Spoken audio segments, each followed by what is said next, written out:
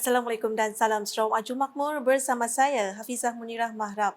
Tumpuan berita, Seri Paduka Baginda Yang di-Pertuan Agong Al-Sultan Abdullah Riyaduddin Al-Mustafa Bilal Shah dan rombongan mengakhiri kembara Kenali Borneo di Teluk Melanau Sematan pada Rabu. Ketibaan Seri Paduka Baginda pada jam 12.35 tengah hari turut diiringi Menteri Pelancongan, Industri Kreatif dan Seni Persembahan Sarawak Datuk Seri Abdul Karim Rahman Hamzah sambil disambut meriah oleh penduduk dari sekitar Sematan dan Lundu. Sejurus ketibaan Al-Sultan Abdullah di perkarangan titik 0.0 km Teluk Melanau, Baginda berkenan merakamkan gambar kenang-kenangan bersama tetamu kehormat dan para pengamal media yang lain. Seri Paduka Baginda kemudian berkenan mencemar duli merasmikan pecah tanah Masjid Al-Sultan Abdullah dan melawat pameran projek masjid berkenaan. Terdahulu dalam persinggahan sekitar 2 jam itu, ketibaan rombongan Al-Sultan Abdullah serta paduka-paduka Ananda Tengku Hassanal Ibrahim Alam Shah, Tengku Ahmad Ismail Muazzam Shah dan Tengku Amir Nasir Ibrahim Tengku Arif Bendahara Ibrahim disambut oleh pemangku yang di-Pertuan Negeri Sarawak, Tan Sri Muhammad Asfiya Awan Nasar dan Premier Sarawak, Datuk Patinggi Tan Sri Dr. Abang Abdul Rahman Zohari Tun Datuk Abang Openg. Turut hadir Timbalan Perdana Menteri Datuk Sri Fadilah Yusof, Menteri Pembangunan Wanita, Keluarga dan Masyarakat Datuk Sri Nancy Shukri, Setiausaha Kerajaan Sarawak Datuk Amar Muhammad Abu Bakar Marzuki, Timbalan Menteri Pengangkutan Sungai dan Laut Datuk Henry Harijinep, Timbalan Setiausaha Kerajaan Sarawak Operasi Datuk Hicangki serta div-div kehormat yang lain. Usai acara berkenaan, Seri Paduka Baginda dan Paduka Anak Anda Tengku Hassanal berkenan beramah mesra dengan masyarakat setempat yang difahamkan telah menunggu ketibaan rombongan itu sejak jam 7 pagi lagi. Dalam program sama, Seri Paduka Baginda turut disajikan dengan persembahan tarian Wek Jongan dari Persatuan Bidayuh Selakor Lundu. Al-Sultan Abdullah kemudiannya berkenan mendandatangani Pelak Kembara Kenali Borneo sebelum berangkat ke lapangan terbang antarabangsa Kuching LTAK kira-kira jam 1.48 petang untuk keberangkatan pulang ke Kuala Lumpur.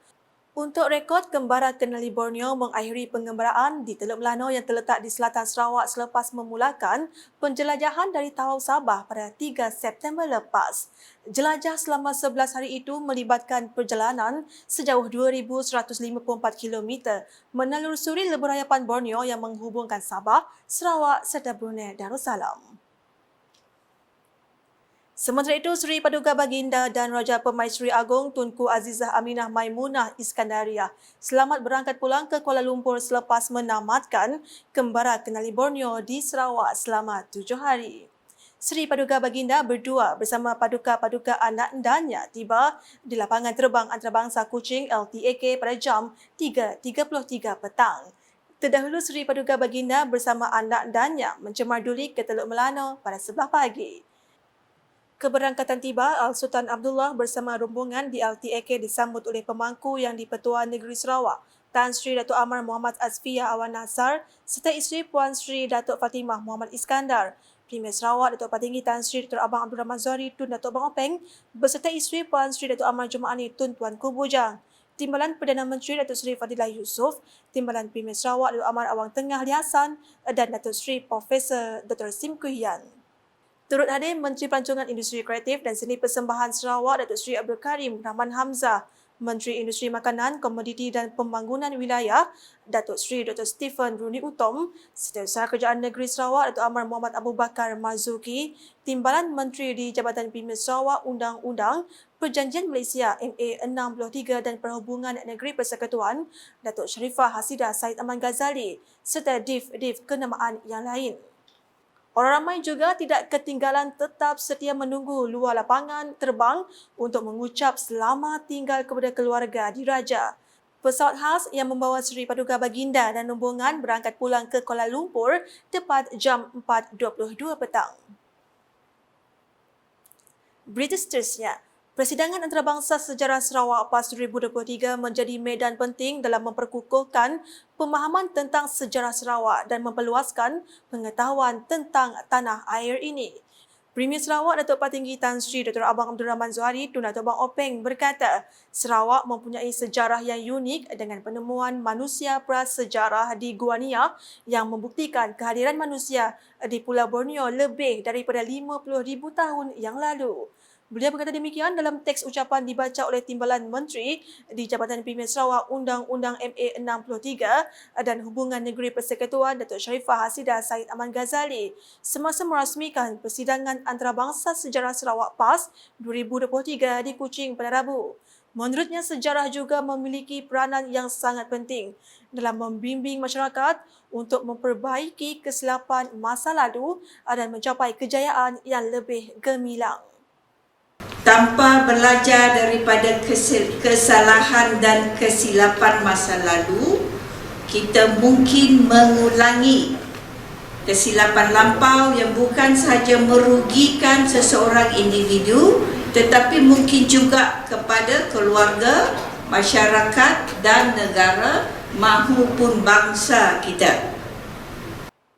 Dalam konteks pembangunan Sarawak, Datuk Patinggi Tan Sri Abang Zuhari memberitahu kerajaan negeri telah merangka Pelan Pembangunan Pasca COVID-19 2030 PCDS 2030 yang bertujuan menjadikan Sarawak sebagai negeri maju berpendapatan tinggi menjelang tahun 2030. Persidangan PAS 2023 menghimpunkan seramai 27 orang pembentang termasuk 5 dari negara Indonesia dan Brunei. Bertemakan penulisan sejarah Sarawak dan menziarahi pembentukan Malaysia, persidangan tersebut menjadi platform untuk merumus, mengkaji dan memahami sejarah dan warisan budaya Sarawak. Premier Sarawak juga berharap persidangan ini akan terus berkembang dan memberi manfaat besar dalam memperkaya pemahaman tentang memelihara, menyelidik dan menghargai warisan budaya dan sejarah Sarawak. Sementara itu, dalam sidang media, Datuk Sharifah Hasidah menjelaskan Sarawak perlu menubuhkan sebuah institusi khusus dalam memelihara dan memulihara sejarah dan warisan Sarawak yang belum lagi dikaji, khususnya kajian mengenai zaman silam yang dipercayai berusia ribuan tahun. Katanya sejarah adalah sangat penting dalam kehidupan sebagai panduan dan iktibar untuk mencipta kejayaan tanpa mengulangi kesilapan masa lalu. Jelas beliau, sejarah juga membantu memperingati kegemilangan masa silam serta kegigihan dan kesungguhan dalam kalangan pemimpin dan rakyat masa dahulu. It would be good to have a specific institution to look into history of Sarawak, not just history of MA 63 or just a modern era history, but archaeological history, seperti tadi Nia Caves we have found the fossils of 50,000 years ago. Jadi all this we can study, we can archive it, tapi we need a special institution. It's good to have. Beliau berkata demikian dalam sidang media selepas menyempurnakan Persidangan Antarabangsa Sejarah Sarawak 2023 bagi mewakili Premier Sarawak Datuk Patinggi Tan Sri Dr. Abang Abdul Rahman Zuhari Tun Datuk Bang Openg di Kuching pada Rabu. Datuk Sharifah Hasidah menambah peranan yang dimainkan oleh Jabatan Muzium Sarawak perlu dikembangkan dalam menyokong tujuan tersebut, khususnya dalam memelihara dokumen-dokumen bersejarah yang berusia sejak ratusan tahun dahulu. Menurutnya, Pusat Pengajian Borneo di UNIMAS yang merupakan nadi kepada perkembangan kajian mengenai Borneo perlu menggerakkan jentera dan melahirkan para ilmuwan yang mengambil berat dengan pensejarahan Borneo, khususnya untuk Sarawak. Keperkembangan di Padawan. Sebanyak RM500,000 telah diperuntukkan bagi projek kecil luar bandar, program penambahbaikan rumah miskin Sarawak, MRPPPRMS Fasa 2 2023 di Mambung. Timbalan Menteri Pengangkutan Udara dan Darat Sarawak, Datuk Dr. Jarib Susil memberitahu, sebanyak 30 buah rumah telah diluluskan untuk kerja penambahbaikan yang dijangka dilaksanakan pada September hingga Oktober 2023. Beliau berkata demikian pada sesi cabutan undi pelaksanaan projek MRPPPRMS Fasa 2 2023 pada Rabu. Ahli Dewan Undangan Negeri Adun Mambung itu juga menegaskan bahawa pihak kontraktor yang dilantik harus menepati masa pelaksanaan kerja penambahbaikan yang telah ditetapkan. Manakala di Bintulu, Sarawak Energy Berhad SEB dan Bintulu Development Authority BDA telah menanam 100 pokok sebagai menyokong usaha kerajaan dalam kempen Sarawak Hijau. Menurut Pengurus Besar BDA, Datuk Muhammad Yaakob Kari, kerjasama tersebut menyaksikan antara spesies pokok yang ditanam adalah spesies penaga lilin, bucida dan belian. Katanya, kempen menerusi kerjasama bersama SEB merupakan kolaborasi strategik BDA dalam menjadi simbolik hub hijau bagi kedua-dua agensi. This is more of a strategic collaboration. Yeah, we have declared to the public we aspire to be a green hub, low carbon hub in the future. And we start off by planting 1 tree. Beliau berkata demikian semasa berucap dalam program penanaman pokok bersama SEB BDA 2023 1.0 di perkerangan parkir Dewan Suara Bintulu pada Selasa. Tambahnya, BDA berharap untuk melakukan lebih banyak kerjasama dan kempen strategik dengan SEB dalam masa terdekat seiring dengan fokus strategik BDA untuk mengukuhkan masyarakat mampan dan inklusif serta melakukan peralihan ke pertumbuhan hijau yang inklusif.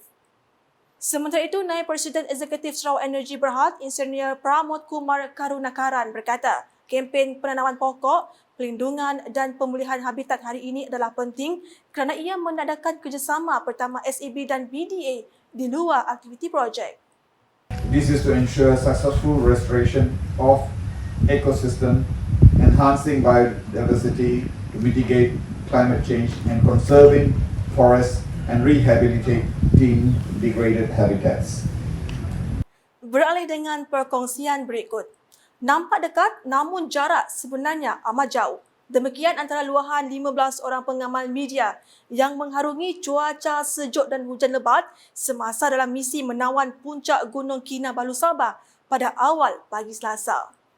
Bercakap ketika ditemui media, Presiden Persatuan Wartawan Bahagian Kuching KDJA Ronnie Teo berkata beliau berbangga dengan semangat 4 daripada 15 pengamal media yang berjaya menjejakkan kaki di kilometer 8 sebelum menuju ke Lost Peak Summit. Menurutnya, secara keseluruhannya, ekspedisi mendaki Gunung Kinabalu kali ini berjaya dan memberi pengalaman baru kepada semua pendaki yang terlibat. The challenge has always been to go up to Kinabalu, so we'll probably continue doing the same. But we're also open to seeing what other options that we have, lah. Because most of the whole aim of this is trying to expose the media to do something that they've not done before. So every year we look for the media yang tak pernah naik Kinabalu, or those who are new to media, or those who have yet to do a climb of this level, lah. So that's. Dalam hal itu, Ronnie merakamkan penghargaan kepada 2 pegawai bomba yang dibawa khas dari Sarawak kerana mengiringi dan memastikan keselamatan para pendaki KDJA terjamin. Sementara itu, beberapa pengamal media turut berkongsi pengalaman mereka buat julung kalinya mendaki puncak tertinggi di Malaysia itu.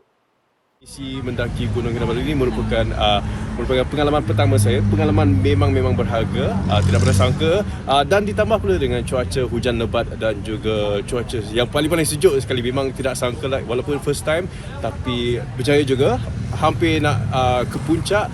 Namun walaupun bagaimanapun, memang pengalaman yang boleh saya katakan tidak boleh dilupakan untuk selama-lamanya. Kinabalu tu nasi sama kedai yang kita rekit dekat Sarawak, nasi sama kedai Sentubong, ambil dari Sentubong tapi apa yang lainnya, salah satu cabaran besar is suhu and cuacanya. Dekat Sentubong, dekat Serapi, dekat Sebakor apa semua ya, cuacanya normal je, tapi dekat atas nun cuacanya 15. Di sialah yang akan menguji ketahanan mental, ketahanan fizikal kita orang.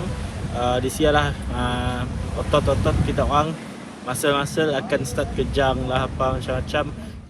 Pengalaman menaiki Gunung Kinabalu ya sebenarnya bukanlah tempat untuk kita healing, kerana tempat dia menuntut segala fizikal dan mental pendaki yang ada cita-cita mau sampai ke puncak lah. Jadi pengalaman kami masa di atas, memandangkan cuaca si bapa mengizinkan, hujan lebat, jadi terpaksa menahan sejuk, menggigil, tetapi atas usaha dan niat impun dia juga sampai ke puncak.